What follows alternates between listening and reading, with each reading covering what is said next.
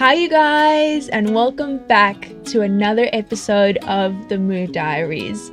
As you guys can see, we have a little bit of a different setup today. We're just trying out new things. That's what this beginning stage of the show is for. We're going to do trial and error, see what works best, what we like, things we don't like. So this is something completely new. So I'm so glad to have you guys watch this episode. I am so excited for today's episode because in my first episode, I had mentioned that I had some difficulty remembering a lot of what I'd gone through. Like I had mentioned, I'm 25 now, and that's a lot of years to remember. So I said that I would have a guest on the show who's going to fill in some of the gaps, and that day has finally arrived. So without further ado, please welcome my bestie and birth giver, Salome de Toit. Hi, it's so nice to be here. Thank you for having me. And I'm so excited to share my perspective of your journey. Yeah. So before we get into things, just get it out of the way. As for people who are listening from South Africa, I know you're hearing that and being like, who the hell is Salome de Toit? So we're just going to tell a quick backstory of why we are saying her name like that.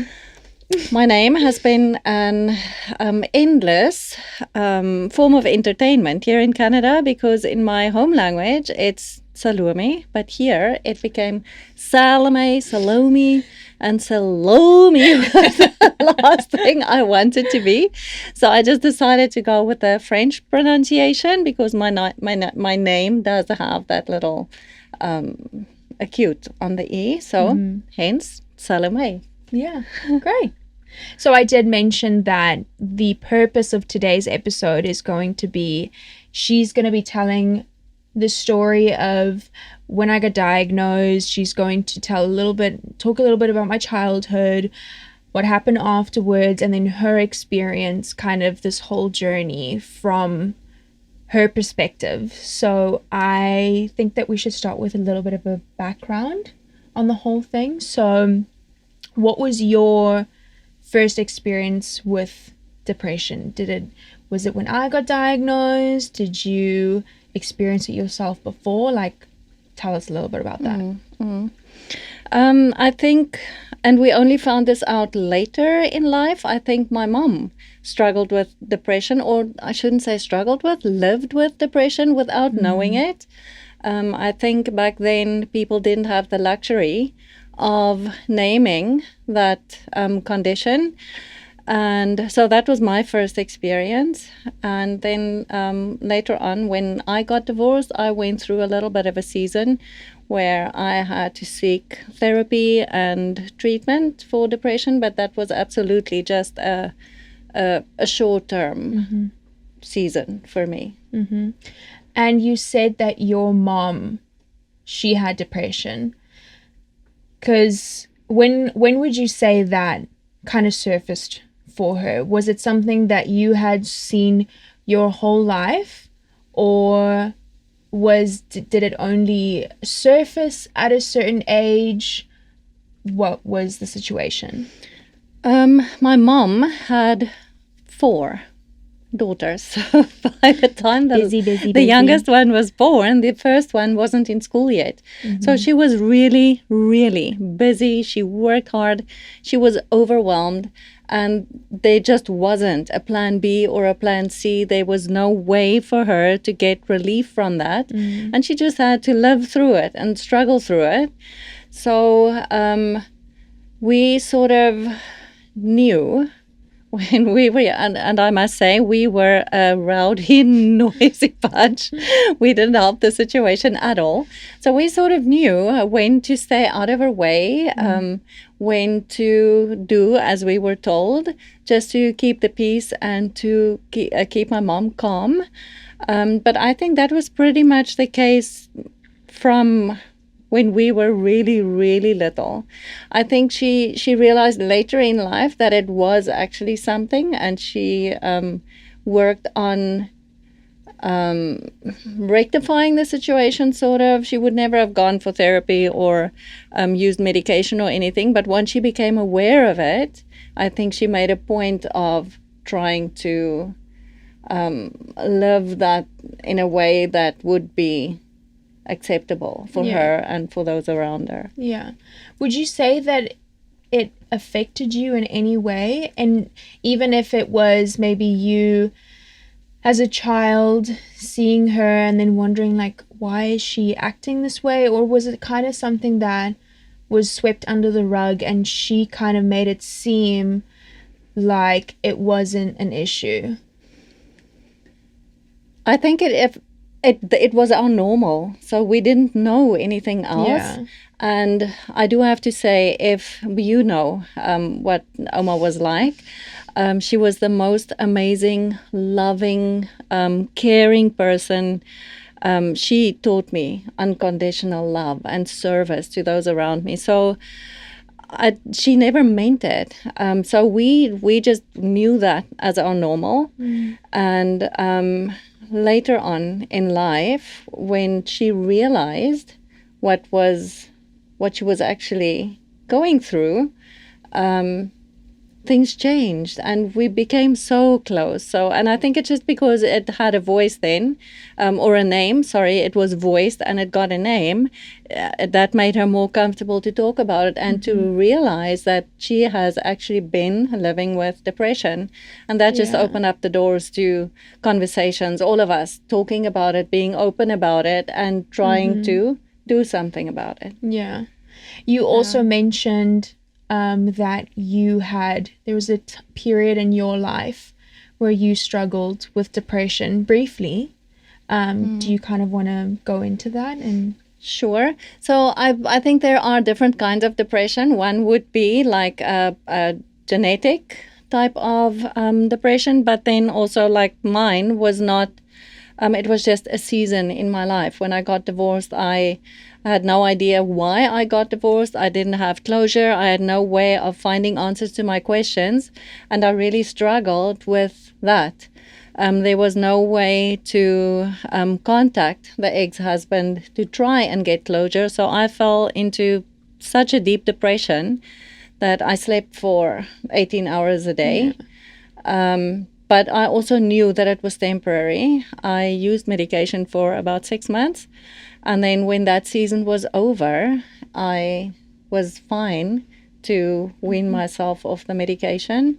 But I think it was easier for me to do that because I am a person who is normally very joyful and happy, and I look for the happy things around me. So I didn't want to stay in feeling like that forever. So I wanted to get out of that state as quickly as possible. So how long did that period last? About 6 months. 6 months. Yeah. Okay. It took me a lot longer to deal with the whole consequence of the divorce, but the depression phase was about 6 months and the medication. So I want to jump forwards to my experience and my life and where everything started. What went through your mind when I got diagnosed? Okay. I thought when I spoke to the psychiatrist it was a psychiatrist, right? The first time, I thought, who are you talking about? This is not my child that you're describing. And I thought, who's this twat? He doesn't know what he's talking about. Does he have a degree? Did he buy his degree? I did not like what I heard at all. Yeah. And it's not like I had experience with people with bipolar disorder. That was the first time I actually heard someone saying, and I thought, well, my child, are we talking about the same person? I was so completely in denial. I was angry. I just didn't deal with it at all. Yeah. Yeah. So when I got diagnosed, because I kind of feel like this wasn't something that happened immediately. I feel like this is something that like had come on for quite a few months. And well, it could even be quite a few years, because I feel like the years even before 2016, which is when I was diagnosed, I feel like those years were already so difficult because I was no stranger to depression or, you know, having anxiety or anxiety attacks or anything like that. So right before, I guess also you might not be able to speak directly on right before, because I did go to boarding school. So during the week I was away, and then I would come home on weekends. So I actually for 3 years didn't really see you that much, if I think about it. You know, I kind of felt like I had moved out and lived in my own space that was away from you, you know. Right before I got diagnosed, and maybe the first few weeks, months afterwards, like what went through your mind, you know, like, yeah. I struggled to accept the fact, because you were such a bubbly, happy toddler, and baby, you attracted attention wherever we went. People came to you to just spend time with you, and you were just so amazing to be with. So, and that's why I couldn't understand where this whole thing started and where it came from. But and that's why I felt like you're not talking about my child. Yeah. Because I said I am a person who's mindful, and I believe joy is a choice. And I look for the things that make me happy and make me hopeful and whatever. So I don't understand if someone is in a hole for that long and in such a deep hole. I just had no understanding of the condition. So I was annoyed. I was angry. I didn't understand it at all. I think it's so interesting hearing you talk, and then your view on all of this and the diagnosis, and then afterwards, because I think that the way that me and you think, I mean, I truly am like a carbon copy of my mother. Like I'm similar, we're similar in so many ways. Literally, I don't think there's ever a question of whether I was adopted or not. I think that we know. I think we all know. But I do think that it's interesting that we have such different ways of dealing and viewing something, because you say that you think that joy and happiness is a choice, and I like completely disagree with that, because I think that sometimes, you know, I know that people say life happens to you and it's how you react to it that matters, but I think that sometimes like you are truly just in a hole that you did not dig, and then it's hard to expect to get out of that hole when you are not. I love that you say it like that. I haven't heard it like that. I was absolutely in a hole that I didn't dig, and that was one of the main things why I just couldn't understand it. I was not in control of the situation. I feel, let's snap out of it, let's go for a walk, let's feel better. And it just didn't work. And it frustrated me, because normally that would work for me. But it obviously didn't work for you. I also wonder whether this is something that happens with the ages, whether it's maybe your generation that would agree with you, and then maybe my generation that would agree with me, because I think like we can all agree that different generations go through different periods and different mindsets and things like that. So I'm wondering whether, you know, that kind of plays a role in that. I'm not so sure, because I have peers who all have a different perspective on things. So I'm not sure if we could call it that, like it's a a generation thing. Yeah. I don't think so. But I think it was also because when I was depressed, I felt so down and black and low that I decided then I will do whatever it takes to not be there ever again. Yeah. So I find things that will make me happy, or I exercise and I hold on to my faith. I do whatever it takes to not be in that hole again. Yeah.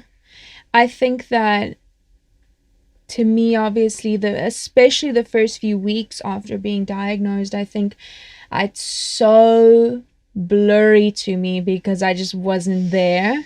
I just wasn't, I just don't think that I was a person, you know, and I definitely wasn't in a situation where I could make my own decisions. Yeah. So what would you say within those first few weeks and those first few months? Did you see me go through phases and changes, or do you feel like it was all pretty, maybe monotonous could be the word? Do you feel like it was all the same up until I went back to school, or did you see week 1, this was kind of the theme, week 2, this is what I was going through or what I focused on? Yeah, you definitely went through different stages before you were able to go back to school, because immediately when you were diagnosed, when they put you on the medication, I did not recognize you at all. That must have been one of the worst 2 weeks of my life. You were on this brain-altering medication. You were not you. Your eyes were dead. You were just not there. And you were not able to communicate properly or to speak clearly. You would sit on the couch and draw pictures of, you said you were drawing a cat, but you were just making doodles. And you carried on, had a conversation about what that whole process was. You made absolutely no sense at all. Yeah. And that just made me angry. And I couldn't see how that could help your situation, or how that could contribute to the symptoms of, or well, how do you say it, making the symptoms of the disorder better. It just didn't make sense to me at all. Yeah. And then as the medication kicked in, I suppose you were able to, you became more normal, if I can say it like that. But you were still not Mia, not my Mia. So I just felt like ever since you've been on this medication, it just, you disappeared. Yes. Yeah. Oh, and then I could also add, like when, for a period of time before you went back to school, I had to go back to work, and you were not able to, you could not be unsupervised. Someone had to be with you 24/7. It was end of the year, so for those of you who don't know me, I'm a teacher. It was end of year school exams. I had to be there, and my focus was there. So that's why you went to Opa and Oma for 2 weeks, which I felt was a saving grace for me as well. I needed that break to look at this whole thing from the outside without feeling like I am in that hole with you. And it was a good thing. But it was hard.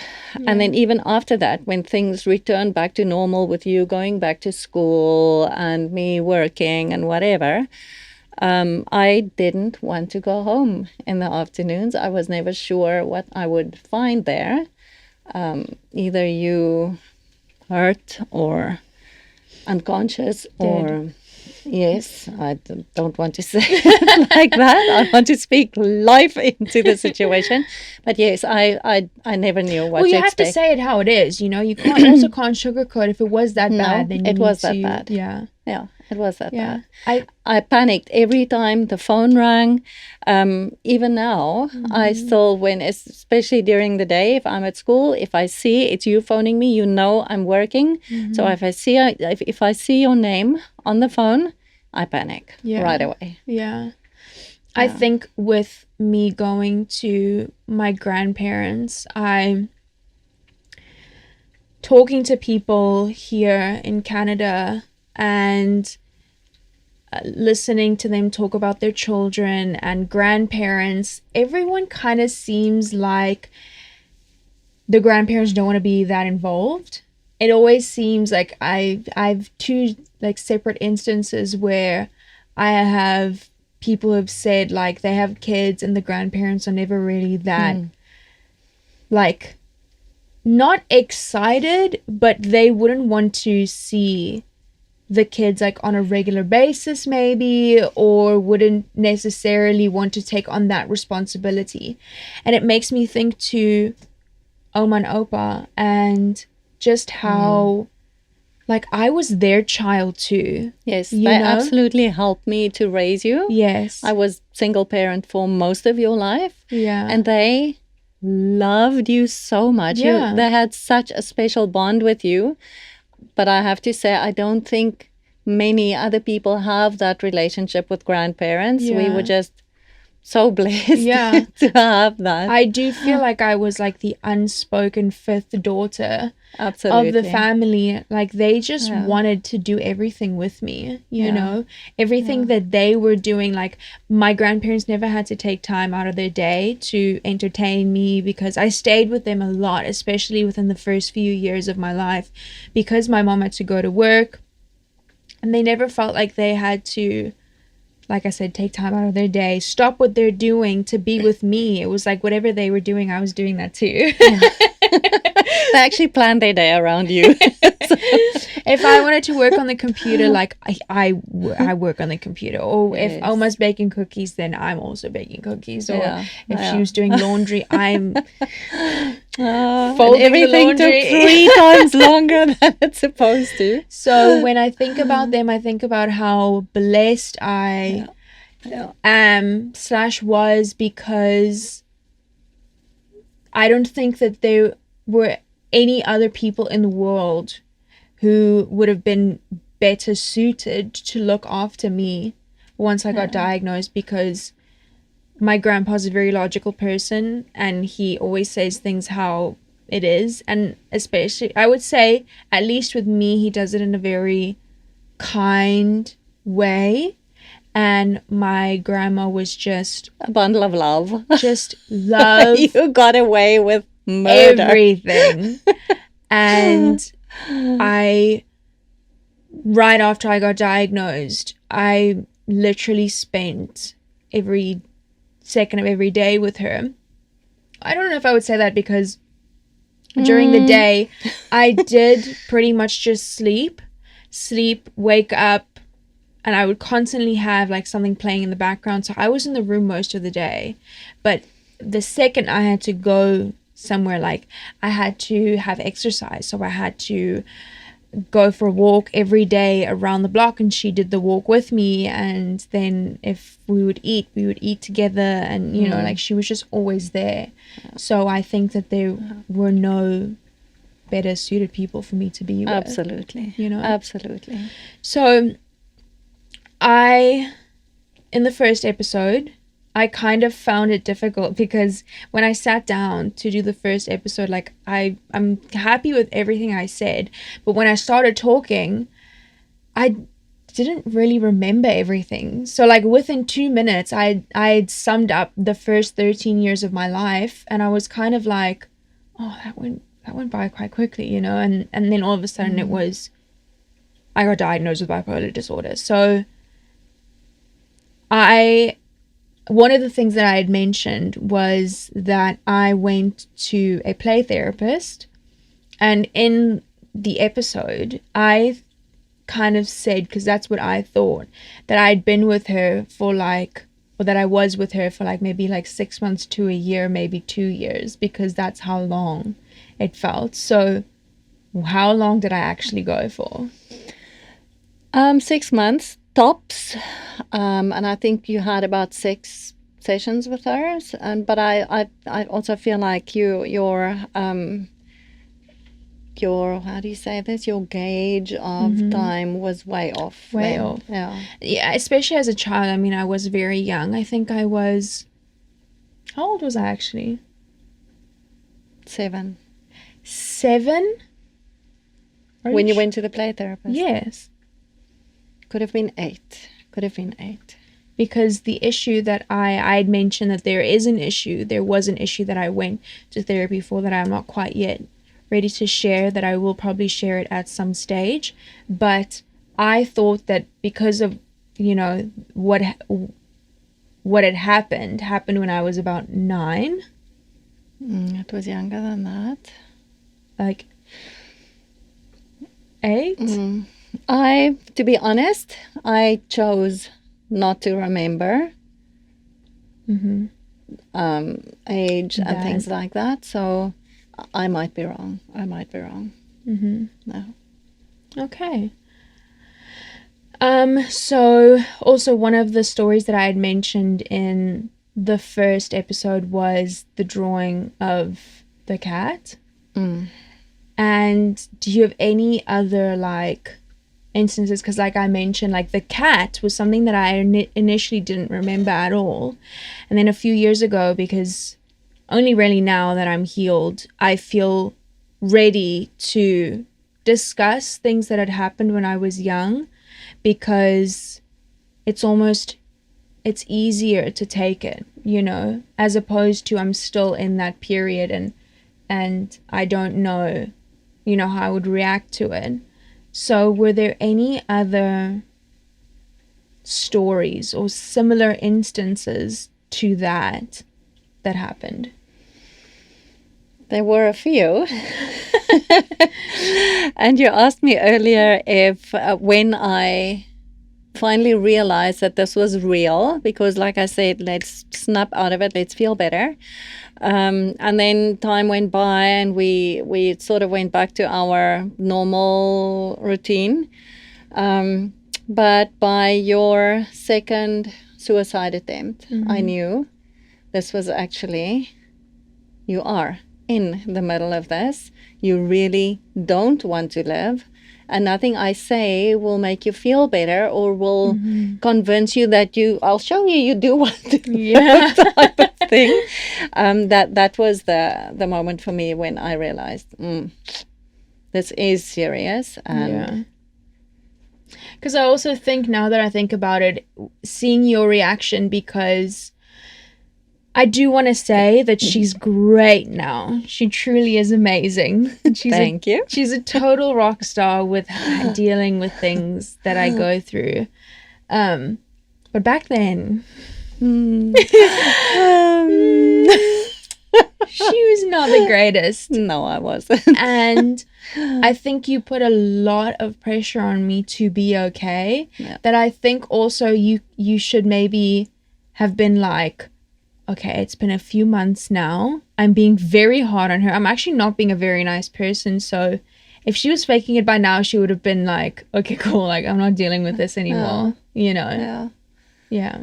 Yeah, just remember, I didn't know what bipolar disorder was either. Because that's actually what I was going to ask. Yeah. Was, did you know what it was before I got diagnosed? No, I didn't. I thought it was the same as depression. To me, it was...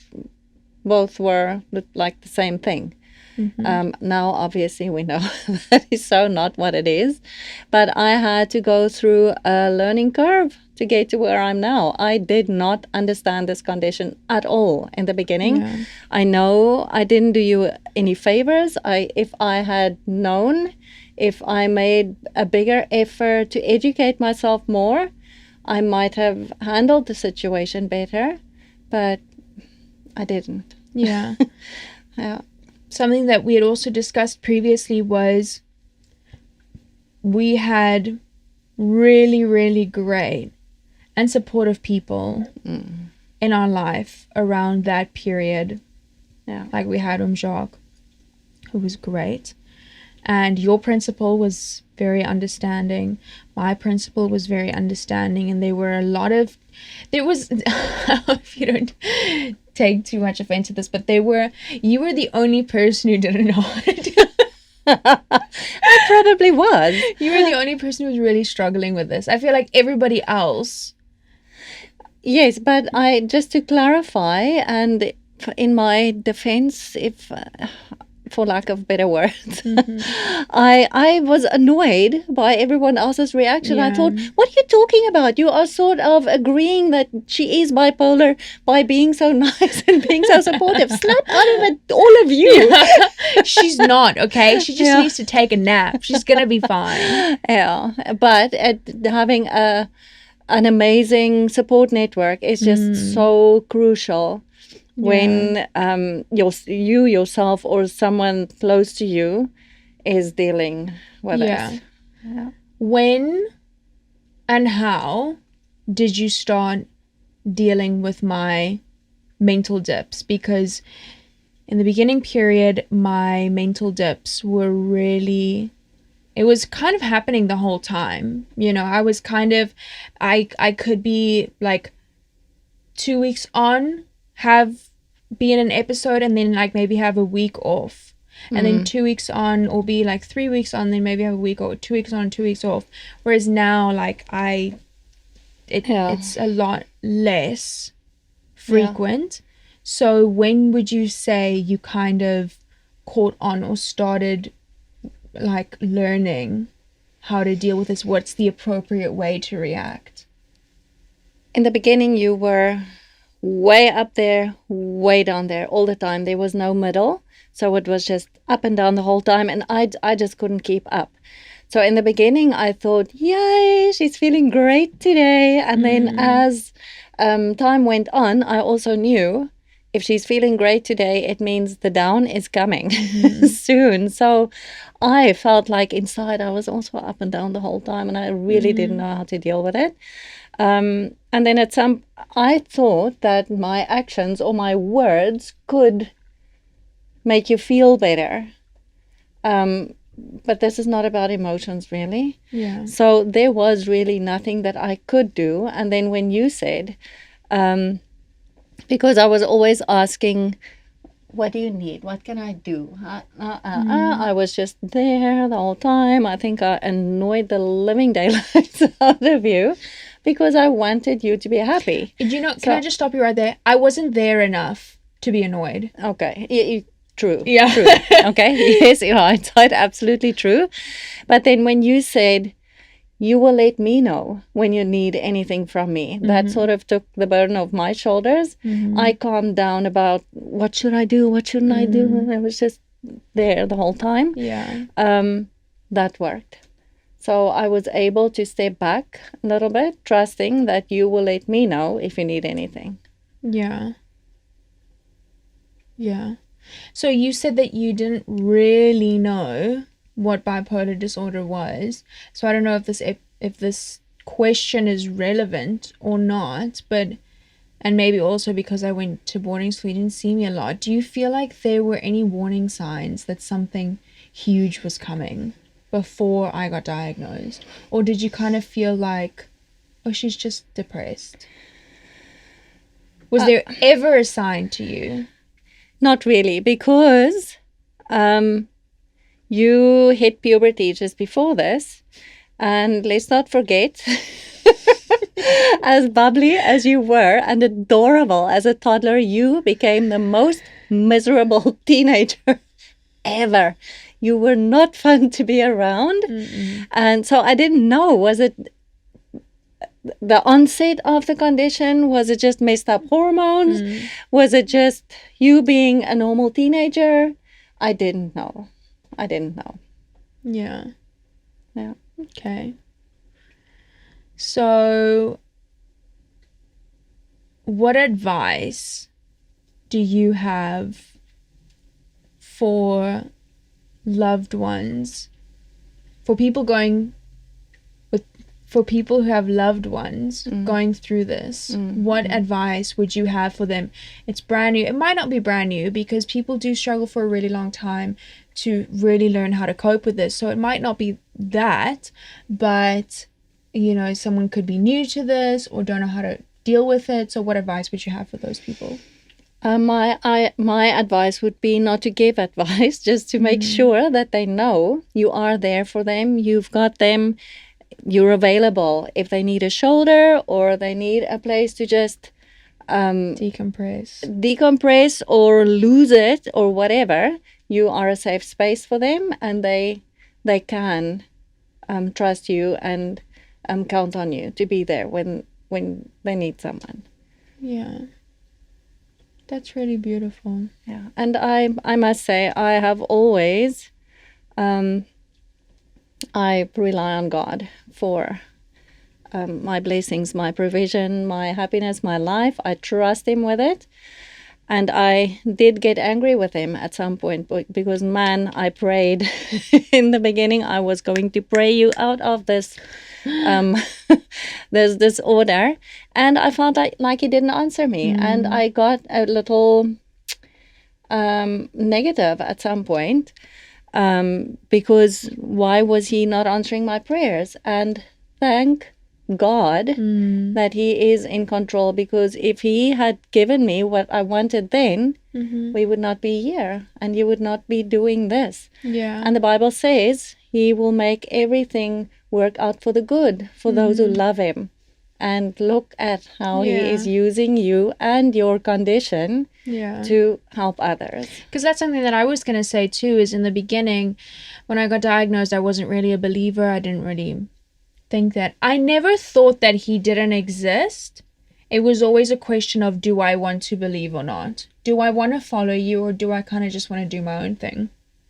And so I said, after I got diagnosed, I was like, you know what? I don't know if you exist. If you're up there, clearly you're not, because you're putting me through this, you know? You are having me go through hell, and you gave me this absolute curse, this condition, this like grossness.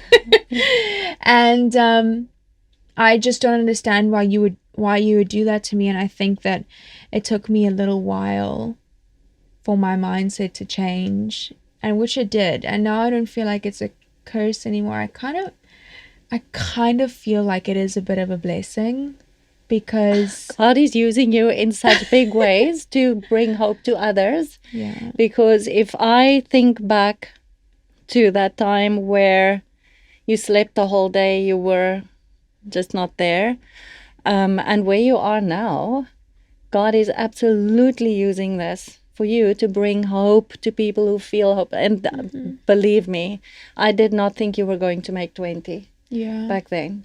I didn't believe it at all. I actually, just in the previous episode with Alyssa, we were mentioning our cutoff ages, and my cutoff age was 19. Wow. I was certain that I wasn't going to make 19. I didn't make any plans for the future. I physically could not imagine. Like, it's like, you know, when you like fantasize and you daydream about your life and your future, like I physically could not see past the age of 19. I didn't see, I think at one stage we were already discussing moving to Canada, and I didn't know what that looked like. I couldn't see what that looked like. I had no idea. I couldn't imagine the country. I couldn't imagine the people. I couldn't imagine getting on the plane. It just wasn't part of my vision for that. It just wasn't part of my vision. Like, this is kind of like a weird thing to compare it to, but in Breaking Dawn Part 2 from the Twilight series, there's a part where Alice is like, I can't see Bella's future anymore. Someone didn't see it, sorry for the spoiler. But she said, I can't see it anymore. And that's exactly how I felt. I could not see anything. And I could see you didn't have that hope or a future. It just wasn't something I thought that I literally just wanted to be okay now. I was just focusing on getting through the day, because I was like, tomorrow I might not be here. Hey, but thank goodness we are not the ones calling the shots. Yeah. Because look at where you are now. And I think you're such a prime example, because I know that someone could listen to this and be like, this woman is the biggest bitch I've ever. Because, like, obviously the way that you explain things, someone might be like, okay, what do you know? But I think that that's how it was. That's how it was. Yeah. But I just feel like I want to let you guys know that she's like the greatest person with dealing with this now. Like, I think that you are such a prime example of starting this journey with me and feeling so like this isn't real. She is faking it. This isn't something that exists. Like, she just needs to snap out of it. Where now you really have made like a complete 180, because I mean, I don't go through mental dips really anymore. But when I do go through a mental dip, I'll just go to her and be like, I just want to let you know, like, I am gonna go, like, I'm busy going through a mental dip. I'm really not feeling well. Like, I feel horrible all the time. So I'm just gonna spend some time in my room and just kind of try and deal with this. And she's just always like, okay, that's fine. And you don't say it every time, but I feel like every single time, without a shadow of a doubt, I know for a fact you're like right outside my door whenever I need you, and you're gonna be there and you're gonna listen. And I think that it's so important that you mention, like, the advice that you mentioned was not always to give advice, because sometimes I know I get frustrated when I'm like, I'm just trying to tell you how terrible I feel, and you're like, try to fix it. Yeah, I don't want you to fix it, okay? Calm down. I'm just saying I need to talk through this, and you're like, okay, cool, well, I think what you should do is, like, you should get on Google. Let's go for breakfast. She thinks that IHOP fixes everything. But yeah, I think that before, I was so going through a mental dip was so difficult for me, because I was not only worrying about, I have to get myself out of this hole and I'm dealing with this, but I was also worrying this one to be this, just trying to let her be okay, and now it's like, that's not a worry for me anymore. And I think, like, now, I mean, like, I wouldn't have anyone else to go through this, thank you, Lippy. And I think that you've grown so much as a person, and I really appreciate you being on here today, because I think that you have a really great story to tell as well, and I just love you very much. It's actually your story, and I just want to say how incredibly proud I am of you. This whole journey is just showing what is possible. It is glorifying God, but you are going to do great things, and I really hope that you reach the hearts who really need to hear this. Yeah. Thank you guys so much for watching today's episode and joining this, because I really hope that you guys were able to learn something. If you are going through this, if you have a loved one who's going through this, I really hope that you guys learned a little something about this today, and that you just know how to love each other better. So be kind to yourself, be kind to others. Until next time.